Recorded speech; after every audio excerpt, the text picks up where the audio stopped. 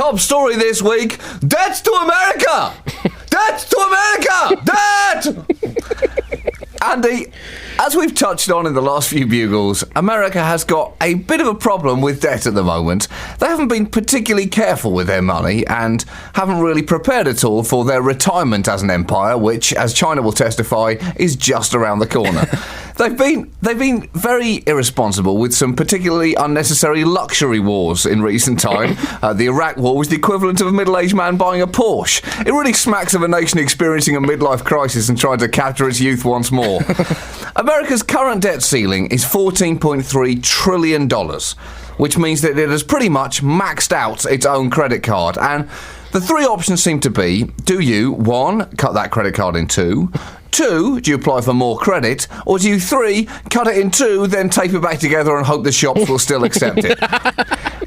And it might be worth just briefly explaining how we've got to this point, because at first glance you can find yourself thinking, this is f***ing insane.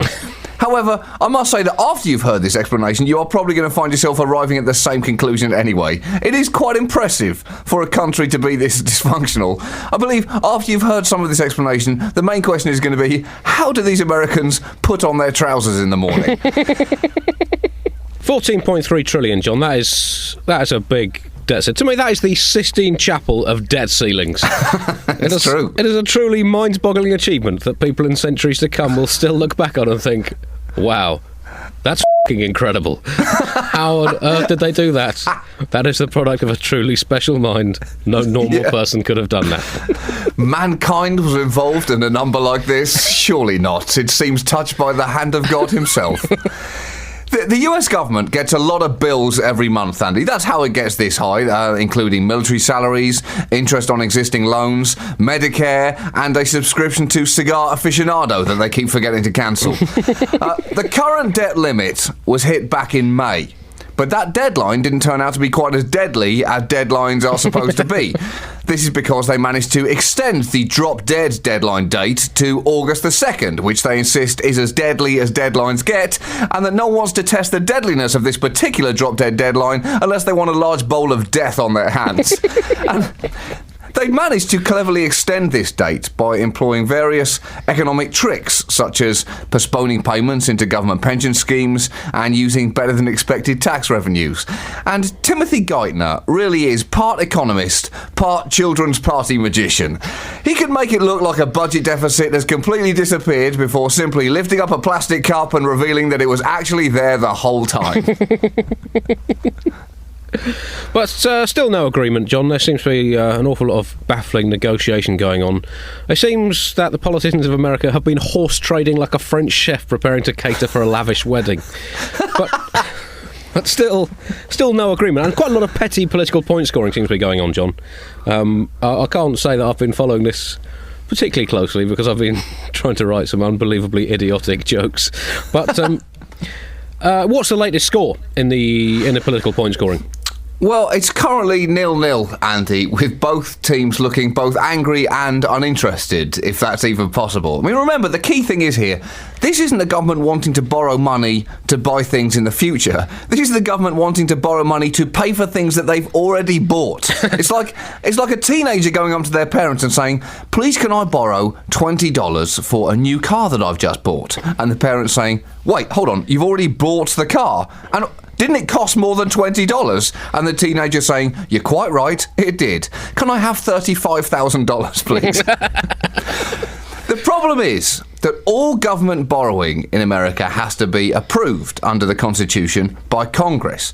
Now, because the strange thing is there's no particular need to have a debt ceiling other than to force massive arguments on a semi-regular basis. Most other countries don't have a debt ceiling, they just have an inbuilt sense of what they can and can't afford. Well, I think recent history suggests that they don't have that. That is true. That is true.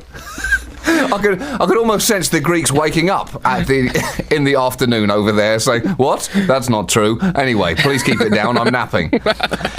Again. America for the 2,500th year in a row. America is like a gambling addict that knows it has a problem, walking into a casino saying, I have all the money that I'm going to spend here in my hand. Please don't anyone lend me any more, no matter how hard I beg you later on. Then, when they need more money later in the night, trying to win back some of their losses, they end up having to either use their car keys as collateral or start offering cut-rate hand jobs in the car park to raise enough to keep going. I've got a system. It's going to come good. It can't land on black 2 times in a row. The overall borrowing cap was actually first introduced by Congress in 1917 to make it simpler for the government to finance its efforts in World War I, and that was a war worth throwing some money at, Andy. You got a lot of bang for your buck back then. There was no way Congress was going to feel shortchanged. Yeah. Also, you saved a lot on all those pensions that you didn't have to pay out afterwards as well.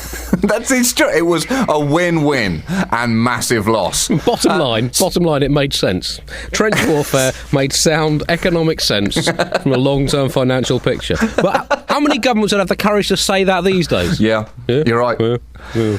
Well, I guess, John, it goes back a long way, basically to 1791, when George Washington slapped one War of Independence on his nation's credit card for the now bargain price of $75 million. And I guess he probably didn't think at that point that his inspirational Fight Today, Pay Tomorrow scheme would still be quite so avidly pursued in the early 21st century. But I think a lot of it comes down to the problems of democratic government, John, because essentially the art of democratic government is to spend vast amounts of money on being seen to be doing stuff, financed either by spending money you don't have or cutting back spending on actually doing anything. And therefore, governments basically won't economise significantly, because the less they spend, the less they can appear to be doing, and therefore the less reason they have to exist. But I guess we do need to keep things in perspective, John, because, let's be honest, the Black Death was worse. We might have tough times at the moment, but at least we can sneeze without having to cancel all of next week's appointments.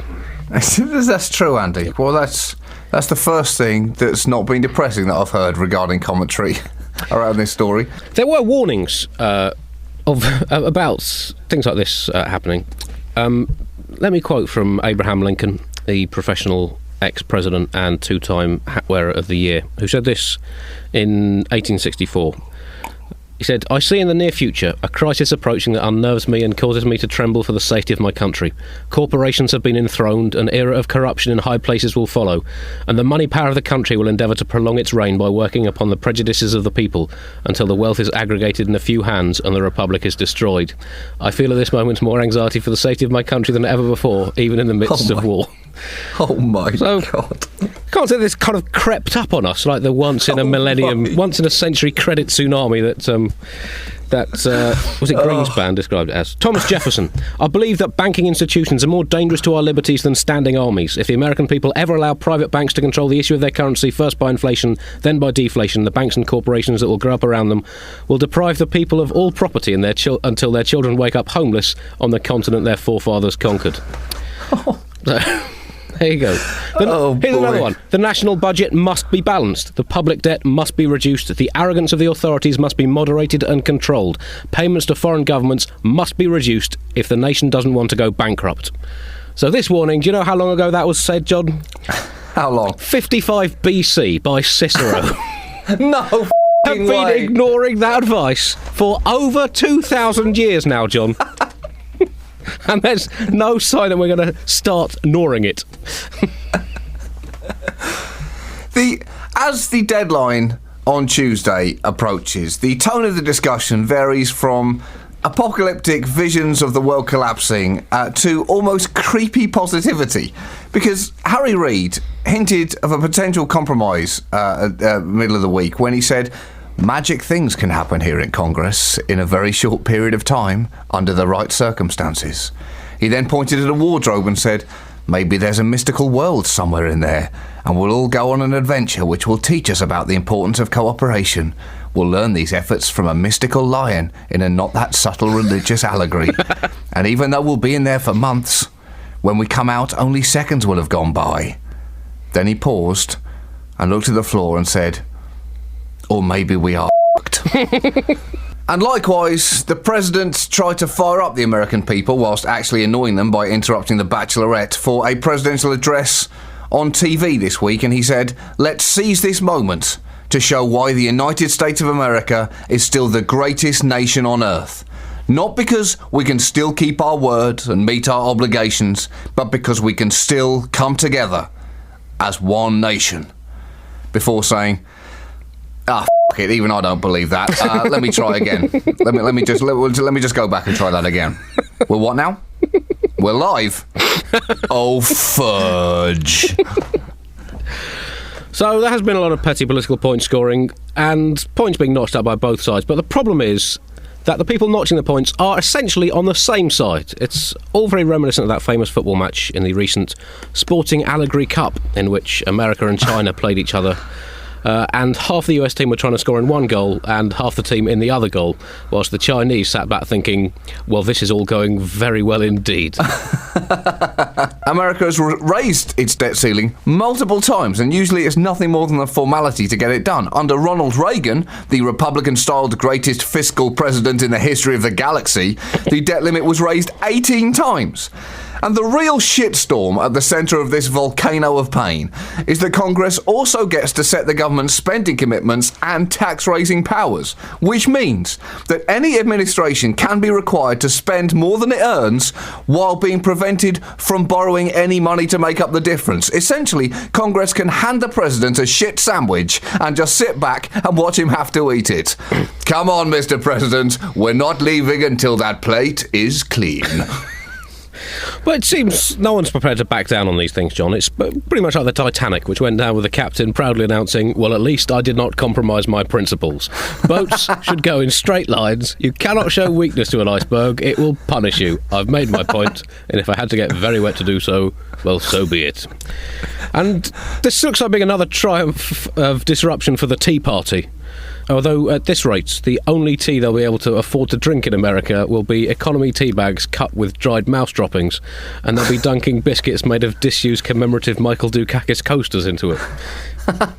The markets have actually been relatively stable as this deadline fast approaches, with everyone, I think, just assuming, well, there's no way they're actually going to default. There's no way they do something that stupid. But it's like watching a toddler holding a spider in his hand and thinking, there's no way he's going to eat that. 9 times out of 10, you're probably right. But unfortunately, that means that 10% of the time, that spider is going into the toddler's mouth. And you've just got to be clear about what kind of toddler you're dealing with as a nation.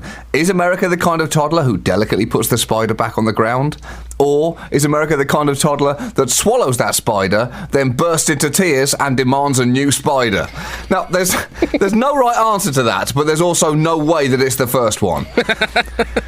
Well, the problem is, allowing America a debt ceiling that high is like leaving a child unattended in a locked shed for an afternoon with a 5-litre tub of ice cream. You are going to come back to find an ice cream covered child complaining that you've made it feel sick. If you can stomach it, here are some of the details of each side. Each side at the moment have detailed proposals over the extent and manner in which the other side can go themselves. But detailed economic plans supported cohesively by either party have proved quite hard to come by. Republicans have proposed raising the debt ceiling by just enough to fund the government for another 6 to 8 months to allow more time for negotiations, which, completely coincidentally, I'm sure, would be around the run-up to the 2012 presidential elections. And Timothy Geithner responded to that suggestion by doing another of his special magic tricks. This one involved making all the fingers on his hands disappear but one. And some Democrats have backed a longer extension, but that will basically involve both sides arguing the distance with which everyone should aim to kick the can down the road. The truth is, this cannot go on indefinitely, and both sides are getting involved in a dangerous piece of brinksmanship here. This is like a game of financial chicken. The Senate Republican leader, Mitch McConnell, accused the Democrats of playing with fire, and he said that while flicking a lit match at a 1970s sofa.